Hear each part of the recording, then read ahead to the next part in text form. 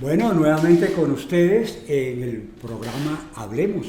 Continuamos entrevistando al doctor Ulises Casas, director de la Escuela Ideológica de Filosofía, Historia y Economía Política. Como lo ven, ahí está el hombre dispuesto a continuar el tema del libro Filosofía del Delito y de la Pena. Recuerden, les habla J.R. Vélez Jr., que me encargaré de hacerle este interrogatorio de parte, como dirían los abogados.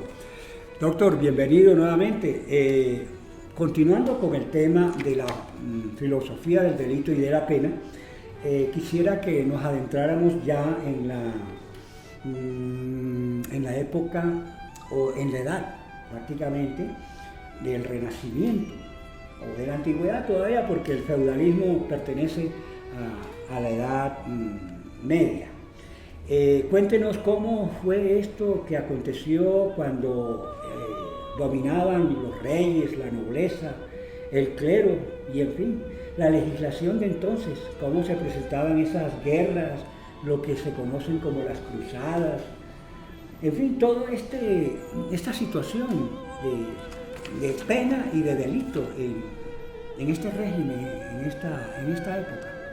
Bueno, hay que distinguir esos conceptos que se tienen de la historia, ¿no? Eso de historia antigua, historia de la Edad Media, historia moderna, es como una presentación ahí puramente mecánica, ¿no? De años o de siglos. Entonces, para analizar en profundidad un tema como estos, nos tenemos que ubicar en el régimen económico, ¿no?, que sustenta el desarrollo de este tema, ¿no?, del delito y de la pena. Entonces, en el esclavismo, pues el esclavo no era persona, pero en el feudalismo, que domina la propiedad de la tierra, entonces encontramos a los latifundistas, a los señores feudales, que es el piso de la propiedad de la tierra y además del dominio de las familias europeas. Cuando hablamos de estos tres, diríamos, instancias históricas, nos estamos refiriendo a Europa, especialmente porque es que nosotros hemos recibido toda la orientación y toda la instrucción del europeo, ¿no? Porque pues llegó aquí, primero el español en conquista, después detrás vinieron los demás.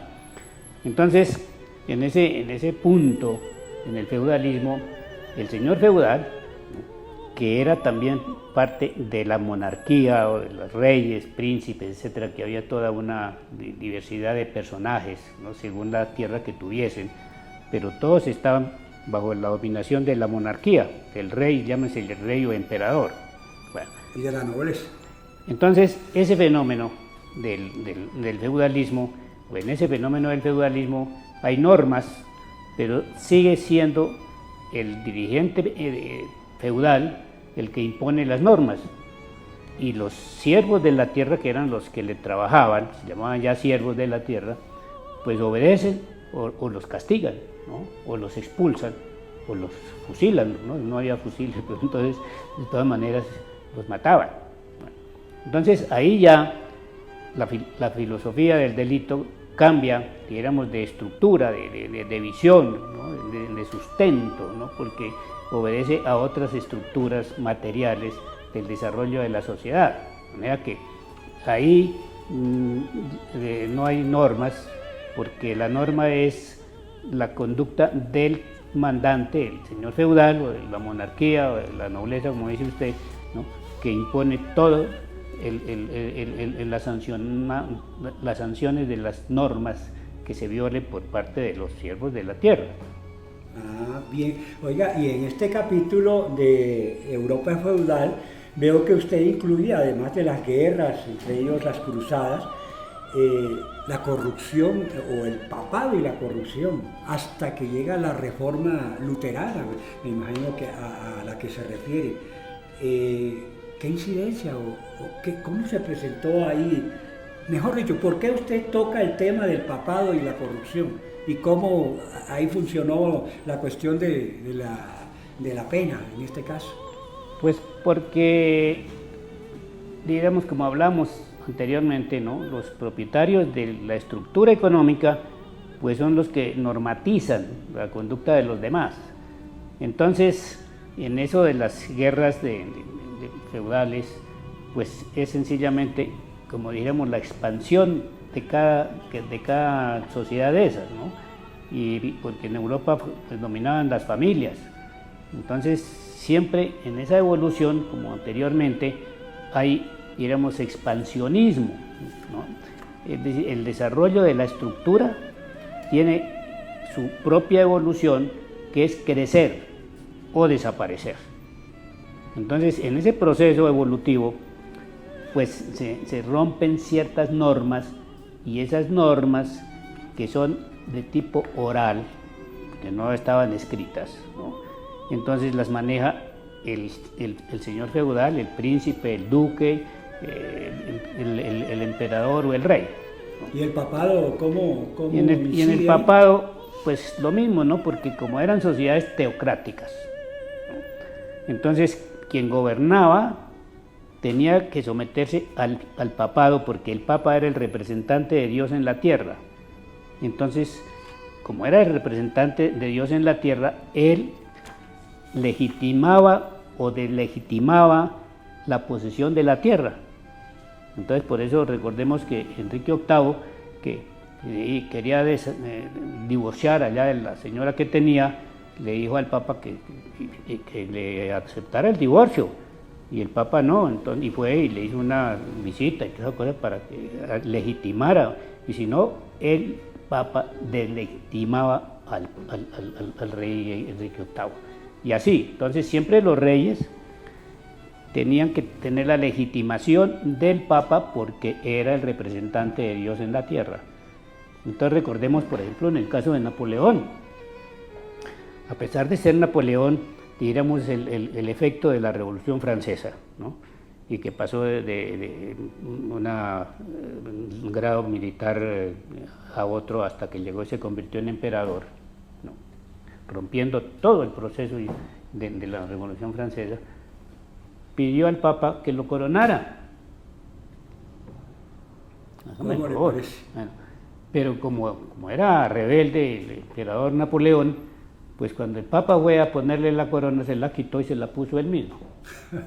Bueno, esa era una muestra, ¿no?, de independencia. Así es. Entonces, pero por eso, porque las sociedades feudales eran teocráticas, ¿no?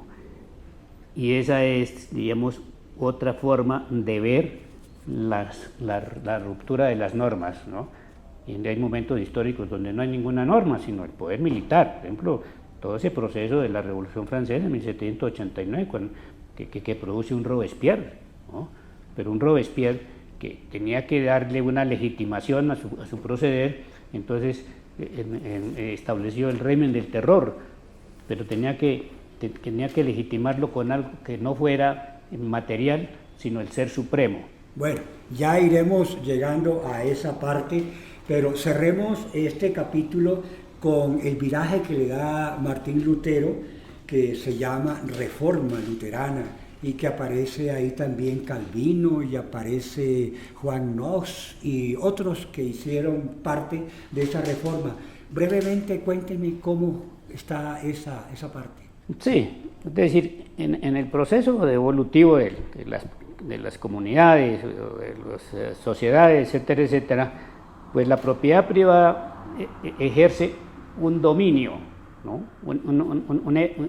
Genera efectos de concentración de la riqueza, y al concentrar la riqueza, para concentrarla tiene que apoderarse de lo que le rodea, ¿no? Porque eso no tiene límites. Quien manda en la conducta del ser humano es la propiedad, ¿no? Entonces, eso va generando corrupción, y en el caso del papado, que además era pues un estado que tenía su propio ejército, ¿no? Y los Borgia desbordaron toda norma ética, etcétera, etcétera, pero la situación de Europa era difícil económicamente, y la Iglesia Católica mandaba a sus emisarios para sacar el diezmo y la primicia de las sociedades empobrecidas. Entonces viene una reacción contra esa corrupción del papado. Esos son crímenes terribles, ¿no?, de los Borgias especialmente, y esa reacción viene de un monje, naturalmente, que se llama Martín Lutero, hijo de un minero, de un campesino ahí, pues, que cuestiona toda esa conducta del papado, ¿no? Entonces convierte que el papado no era la representación de Dios, sino del diablo, del infierno. Entonces viene toda la reacción y digamos, una nueva corriente, que es la del protestantismo, que establece que, por ejemplo, la Biblia es de interpretación de cada quien que la lea, y eso genera pues una cantidad de sectas y todas esas cosas. Pero ahí ya, digamos, el delito, digamos, como que tiene otras características, ¿no? Porque tiene también un componente religioso. Clerical, sí. Religioso, porque es la religión la que viene dominando. Bueno, claro que las religiones vienen dominando desde que existe la sociedad ya moderna, ¿no? Entonces, y la pena la establecían de la misma manera, Entonces, con penas que venían del príncipe o del duque o lo que sea, y las guerras intestinas, por ejemplo, Italia fue un escenario de muchísimas guerras. Vamos a tener que resumir los 2 capítulos siguientes del libro de la filosofía del delito y la pena, que es el que estamos viendo, y son uno relacionado con los temas, con los pueblos asiáticos, China, India, en fin, y el otro es ya la entrada del Renacimiento, donde se habla de la modificación de las costumbres, tanto de la teoría jurídica como de la aparición de los humanistas. Así, muy brevemente, doctor, cuéntenos ahí qué incidencia tuvo el delito y la pena. Bueno, ya con el desarrollo de la sociedad aparecen normas escritas, ¿no? Cuando aparece ya la norma escrita, entonces también la corriente filosófica, ideológica y política sobre la violación o sobre el delito, ¿no? Entonces, por ejemplo, en la corriente del derecho penal hay, digamos, profesores o escritores o tratadistas como Lombroso, que dice que el delincuente nace ya un delincuente, entonces tiene ciertas características, la frente no sé qué, los pómulos esto y lo otro, entonces ese no tiene remedio. Entonces ¿para qué lo llevan a la cárcel, ¿no? Él no puede dejar de ser delincuente, entonces hay que aplicarle la pena de muerte. Por el aspecto físico ya era un delincuente. Sí, el Lombroso es el del delincuente nato. Y hay las otras corrientes positivistas, ¿no?, en que consideran que el delito es producto del medio social en que vive el que delinque. Es decir, son las condiciones materiales y sociales las que generan el delito y por lo tanto el delincuente. De manera que para que el delincuente se rehabilite se necesita un método especial, que es la rehabilitación por medio del trabajo. Entonces en las cárceles se establecen talleres, etcétera, etcétera, para que el señor que delinquió, cuando salga ya tiene dónde trabajar y por lo tanto se rehabilita y desaparece como delincuente.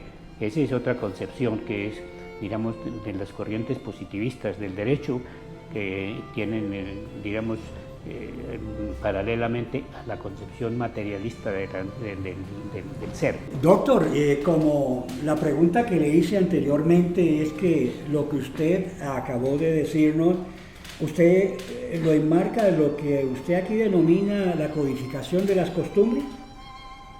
¿La qué? La codificación de las costumbres. Ah, sí, entonces ya del derecho, digamos, sustentado en las costumbres, se pasa al derecho escrito. Entonces ya vienen los códigos, ¿no?, las normas, y en las normas jurídica y en las normas se tipifica el delito. La tipificación del delito es la esencia del derecho penal, ¿no? ¿Qué significa?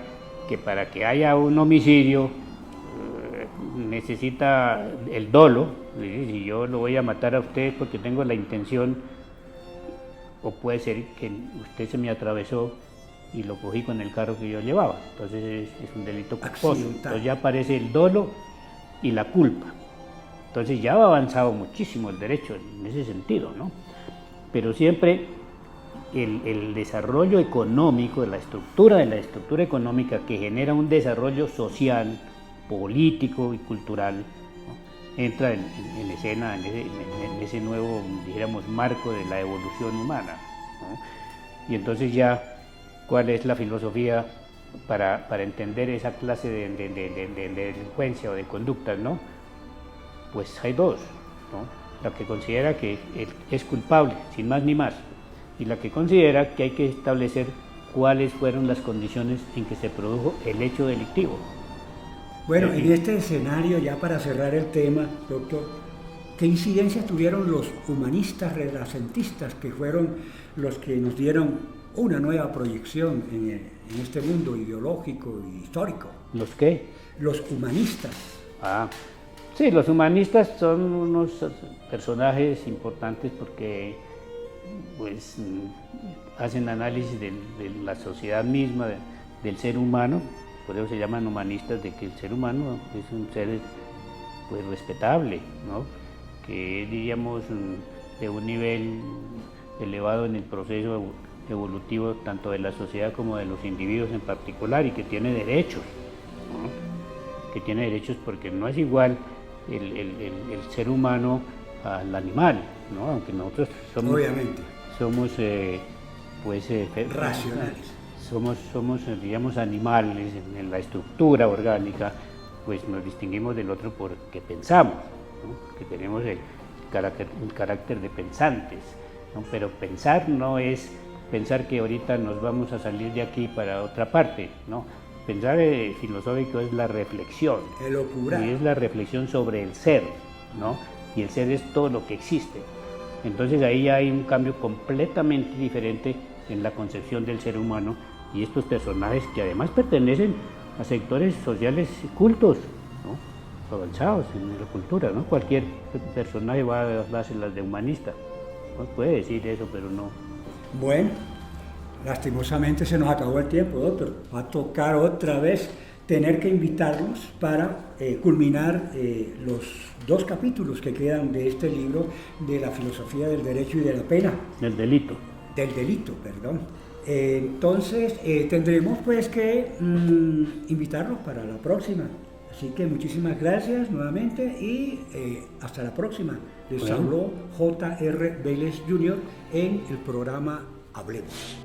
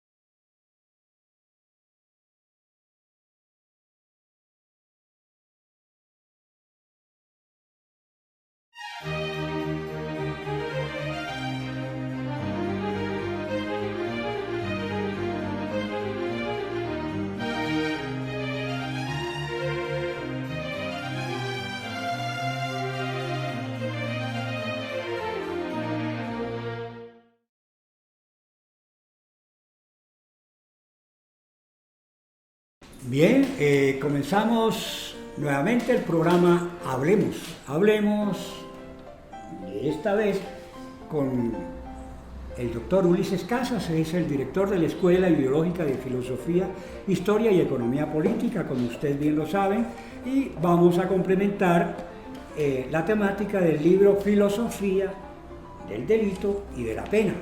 Entramos ya a la Edad Moderna. Doctor, como veo, bienvenido nuevamente, como veo que aquí hay varios temitas que tratar, vamos a ser breves y esperamos que podamos cumplir este objetivo de hacer solo 3 capítulos de este libro. Este es el 3er capítulo. Hablemos, por ejemplo, aquí habla de las libertades y derechos, capitalismo y democracia, nacionalismo y delitos políticos y las legislaciones y el derecho penal. Resúmame para comenzar este capítulo. Comencemos con las libertades del derecho en la edad moderna o capitalista. Ya en la edad moderna, capitalista o pues moderna, cambia completamente todo, ¿no? Como todo en la evolución de la sociedad. Entonces ya hay códigos y hay procedimientos penales, ¿no? Entonces hay códigos de comercio, códigos de familia, normas, ¿no? Todo eso. Y en la la legislación penal, penitenciaria y de procedimiento penal. Y canónica también. Por ejemplo, últimamente aquí en Colombia rige el sistema acusatorio.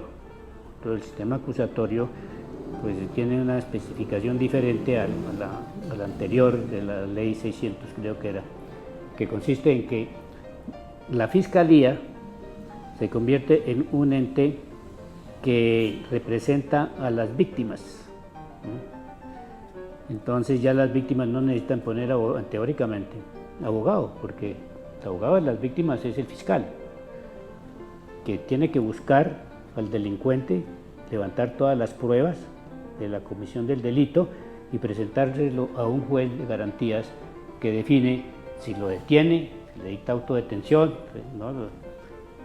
Aseguramiento se llama ahora, o lo deja en libertad o lo que sea, ¿no? Pero la tipificación, y además hay una proliferación de normas, ¿no? Que unas son de más pena que otras, según las circunstancias y según el área donde se desarrolla la conducta delictiva. Entonces, ¿eso por qué? Porque en la sociedad en que nosotros vivimos hay muchísima tecnología. Entonces las cámaras, los testigos, tanto transporte, tanto movimiento, ¿no? Una ciudad, por ejemplo, como Bogotá, con 8 millones de habitantes, pues eso es casi como un país europeo, ¿verdad? Suecia, Noruega, Holanda, todas esas cosas. Entonces, gobernado por una persona que fue elegida popularmente. Entonces es difícil, por ejemplo, eso, y prolifera las conductas delictivas. Proliferan, ¿por qué? Porque el Estado no da abasto a detener esa proliferación, porque hay mucha situación económica y social que genera una serie de conductas delictivas. Entonces, las normas, ¿no? y su tipificación, es que la otra es que hay que tipificar el delito, ¿no? Cada delito tiene una tipificación específica, ¿no? Que se llama la tipología, el tipo de delito, y la conducta tiene que, digamos, estar encuadrada en esa tipificación, como le decía ahora, ¿no? El dolo o la culpa, y el dolo puede tener diversas instancias, ¿no? Y el proceso. Entonces, por ejemplo, un ejemplo tengo yo tuve una defensa allá en Boyacá, que desde un comienzo yo dije que no había responsabilidad penal, pero el juez dijo que sí y tipificó de una manera y estableció una pena. Luego se apeló y llegó donde otro juez y ese cambió la tipificación, ¿no? La responsabilidad, y luego llegó al tribunal. Bueno, el tribunal, esas son las instancias en el proceso penal, ¿no? Entonces el tribunal es una instancia superior, pero de ahí también hay otra superior que es la Corte Suprema, donde ya una sentencia se dice casación, pero ese es como el procedimiento. Entonces, por ejemplo, en ese caso... Aún así, ahí también caben apelaciones. Sí, claro, esos son los derechos, ¿no? Que establece la norma. En caso tal de que haya una sentencia negativa, por decir algo. Sí, entonces puede ser apelada, exactamente. Entonces, por ejemplo, en ese caso, yo desde un comienzo sostuve que no había responsabilidad penal porque no había habido dolo, y dolo es la intención, ¿no? De cometer el delito. La persona tiene esa intención y se prueba que tuvo esa intención, entonces es la máxima cuestión. Y los jueces que conocieron ahí hasta llegar al tribunal dijeron que sí había responsabilidad, unos la aumentaban, otros las disminuían, bueno, las consideraron. Y el tribunal me aceptó la tesis que yo propuse al comenzar la investigación, ¿no? Y la cuestión duró como año y medio para definirse y la persona detenida. Yo veo que usted aquí trata nuevamente la concepción del capitalismo, pero me imagino que no será en el aspecto económico, sino más bien jurídico, y paralelo a la democracia. Esto de capitalismo y democracia en el aspecto jurídico que aquí adicionalmente habla sobre nacionalismo y delitos políticos. ¿Qué relación tiene una cuestión con otra? Bueno, es que en los regímenes políticos, entonces son dos cosas. Lo político está sustentado en lo económico, es decir, el poder económico genera poder político. Aquí no hemos visto en ninguna parte del mundo un obrero ahí en la presidencia de la República gobernando. Sí hubo en Polonia un obrero, pero eso fue una cosa ahí temporal y casual. Sí. Entonces, ya en esa situación, pues ahí diríamos que muchos derechos que posee el individuo, ¿no? para defenderse de su conducta, pero la conducta está determinada en el medio ambiente, por eso hablábamos del positivismo jurídico. Entonces, en este momento la sociedad está es una sociedad muy compleja, ¿no? Hay muchas conductas, muchas situaciones, pero el piso es el económico, de la propiedad privada. Ya, digamos aquí que habla sobre legislaciones y derecho penal, me imagino que hasta aquí se está hablando del derecho positivo, porque veo que en el siguiente capítulo habla ya de la concepción materialista dialéctica, que me imagino que habrá una concepción, no digamos completamente diferente, pero sí diferente a lo del derecho positivo.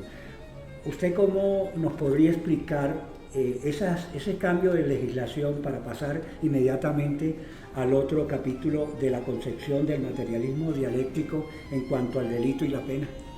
Sí, no es que el delito sea positivo, no, porque entonces ya sería, no, es que es la concepción del derecho. Una concepción positivista del delito, ¿no? Que es, digamos, el desarrollo o la concepción filosófica del positivismo, que establece que todo es material y todo tiene su causa y su efecto, y el efecto se convierte en causa de otro fenómeno. En ese proceso evolutivo, entonces lo que era efecto hoy se convierte en causa de un paso adelante, ¿no? Entonces eso rige en toda la naturaleza, ¿no? Una vez hicimos un programa con usted para explicarle eso de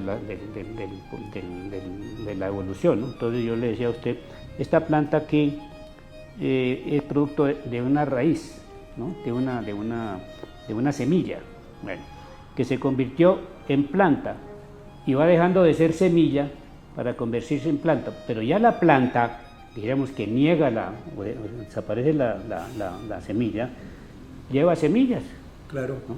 En su herencia genética ahí. Y entonces de ahí sale una semilla que va a generar otra planta, ¿no? Y entonces, así sucesivamente. Y así en el derecho penal y la legislación y las sociedades, ¿no? Se da el fenómeno que Hegel estableció muy bien de tesis, antítesis y síntesis, ¿no? Entonces, nosotros somos negación de nuestros padres, no porque los estemos negando, sino que nuestros padres van desapareciendo, ¿no? Y nosotros somos, diríamos... Y lo que supera. Nosotros somos la antítesis, ¿no? Que a la vez se convierte en una síntesis cuando nos emparejamos y entonces vienen otras personas, y etcétera, etcétera, ¿no? Entonces, en esto sucede unas cosas parecidas, es decir, para establecer bien qué es un fenómeno, tenemos que tener una concepción filosófica, de lo contrario estamos viendo y especulando ahí para un lado y para el otro sobre por qué sucede esto, por qué no sucedió más bien lo otro. Sí, eso. En cuanto a, claro, usted hizo referencia a la concepción filosófica, pero materialista dialéctica, que es la negación de la negación. Una cosa niega a la que lo supera y así sucesivamente. Y esto me imagino que es lo que está diciendo, que se aplica también al derecho, que del derecho positivo se pasó a una aplicación de un derecho, digamos, eminentemente materialista dialéctico, ¿no? Ahorita me explicará esto. Es como para terminar el tema relacionado aquí, dice, con las generalidades de este tema y la norma, y sobre todo aquí entran tres aspectos muy importantes, que es el terrorismo, el delito global, y pues después me explicará qué incidencia tiene la Organización de las Naciones Unidas aquí y la corrección, que no sé exactamente a qué corrección ¿La se qué? refiere. La corrección. Por favor, explíqueme este capítulo del libro que me parece bastante interesante. Bueno, pues para tener una idea o un concepto, científico, objetivo, tiene que uno tener conceptos filosóficos.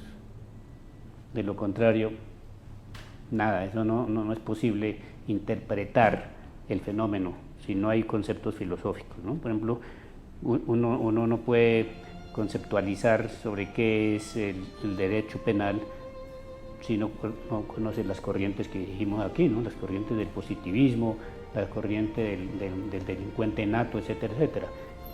Y entonces, con el materialismo filosófico, sí podemos entender mejor que todo va en evolución y que todo lo que existe es material. Todo lo que existe es material de acuerdo a la concepción. Por eso la academia considera que el materialismo filosófico no es filosofía. Eso ya se lo dijeron ahí a alguien en la Universidad Nacional cuando fue a ofrecer estos libros. No, dijo, eso no es filosofía. No, hasta luego, vaya bien. Entonces, en ninguna parte se enseña la filosofía materialista, ¿no? En ninguna parte. Los que han escrito sobre el materialismo filosófico, pues han sido unas concepciones de ellos por su estudio y por su observación y su reflexión, como Demócrito, como Epicuro, como todos ellos, y algunos ya en las sociedades modernas europeas, pero no completamente. Por ejemplo, la Unión Soviética, la academia, escribieron o editaron 7 tomos de la historia de la filosofía. Bueno, entonces, pues ahí va diciendo cómo las corrientes y los personajes, sobre todo los filósofos, ¿no? Pero no se ha escrito o sintetizado los filósofos materialistas desde la antigüedad hasta la edad moderna, que es lo que yo hago, ¿no? Entonces, porque una cosa es historiar y entramos ahí a todos, y otra cosa es especificar cuáles han sido los materialistas, y esos materialistas han sido diferentes en la época de Grecia, en la época griega, o el esclavismo, diferentes en el feudalismo y diferentes en el capitalismo, para decirlo lo moderno. Entonces, por ejemplo, yo considero que ya no hay filósofos en el planeta Tierra. ¿Por qué? Políticos. No hay filósofos. ¿Por qué? Porque el objeto de la filosofía es el ser, ¿no? El ser, lo que existe, todo lo que existe. Y dice que todo es material. Entonces hay unas personas que dicen que el pensamiento, la idea, no es material. El pensamiento es material, porque es la expresión del funcionamiento de nuestras neuronas y de nuestra capacidad para el lenguaje. Y eso es material. Aquí lo que estamos hablando va en ondas. Entonces la filosofía es clave. Un ejemplo es que los físicos durante casi 50 años discutieron si el carácter de la luz era ondulatorio o era corpuscular. Entonces, la filosofía ya incluso griega decía que una cosa es y no es al mismo tiempo, ¿no? La filosofía idealista tiene la tesis del tercer excluido, ¿no? O es blanco o es negro, es bueno o es malo. Y entonces ahí viene toda una serie de normas y de conductas de los gobernantes, ¿no? Que usted es malo porque sí, o lo que sea, o es bueno. Entonces, aquí son las dos cosas. Entonces, físicamente, la física estableció que la luz es las dos cosas, ondulatoria y corpuscular. Y un ejemplo interesante es cuando uno va llegando a una población de noche y entonces uno ve que titila la luz del pueblo, ¿cierto? Y cuando ya estamos cerca, ya no titila, porque ahí está el efecto ondulatorio. Y ya la filosofía ya había establecido que una cosa es y no es. Y nosotros somos vida y muerte. Cuando nacemos somos vida, que se va desarrollando, ¿no? Tres cosas, pero ahí ya viene la muerte. Implícita está la muerte ahí. No es que esté implícita, sino que ahí están muriendo células y por eso tiene que alimentarnos. Tenemos que alimentarnos, ¿no? Porque van muriendo una cantidad de elementos nutritivos que son la energía que tenemos nosotros. Que acabará en cualquier momento. Y va avanzando y va predominando la muerte, poco a poco, hasta que definitivamente define el ser, ese ser. A través del desgaste material se llega a ese punto. A través de la evolución de todo, ¿no? Porque si no, entonces, comenzamos a ser, diríamos, mecanicistas. Y la filosofía fue mecanicista, materialista, pero mecanicista en la época en que todavía no había la máquina desarrollada, sino que eran las máquinas eran las que predominaban. Hoy predominan las tecnologías, ¿no? En todo sentido. La eléctrica y la electrónica. Entonces, para poder definir o caracterizar bien y conocer es a través del materialismo dialéctico, ¿no? Ahora nosotros, pues, ahora la filosofía idealista deriva en la religión. Yo digo que las religiones son una vulgarización de la filosofía idealista, ¿no? Y lo otro es científico. Entonces la ciencia ya definió qué es el ser, qué es todo lo que existe, que está compuesto así y así y así. Entonces ya definió el objeto de la filosofía. Le dijo a la filosofía, vea, ahí está lo que usted buscaba, tenga la bondad. Bueno, como lo verán y lo escucharán los teleaudientes, se ha tenido que incurrir en el aspecto tanto histórico como en el científico para explicar casualmente la concepción de acá del doctor Ulises Casas relacionada con la política, en este caso con la jurisprudencia, con el derecho específicamente, para ver qué trascendencia tuvo desde la antigüedad a este momento. Entonces, doctor, le agradecemos nuevamente su participación, la colaboración que nos presta para clarificar cada uno de los libros suyos que hacen parte de su obra, y a los teleaudientes los invitamos a que en la próxima nos acompañen para que puedan darse cuenta del resto de los otros libros que hay por reseñar, para que conozcan así mismo toda la obra de este autor colombiano, el doctor Ulises Casas Jerez. Entonces, les habló J.R. Vélez en el programa Hablemos. Muchas gracias.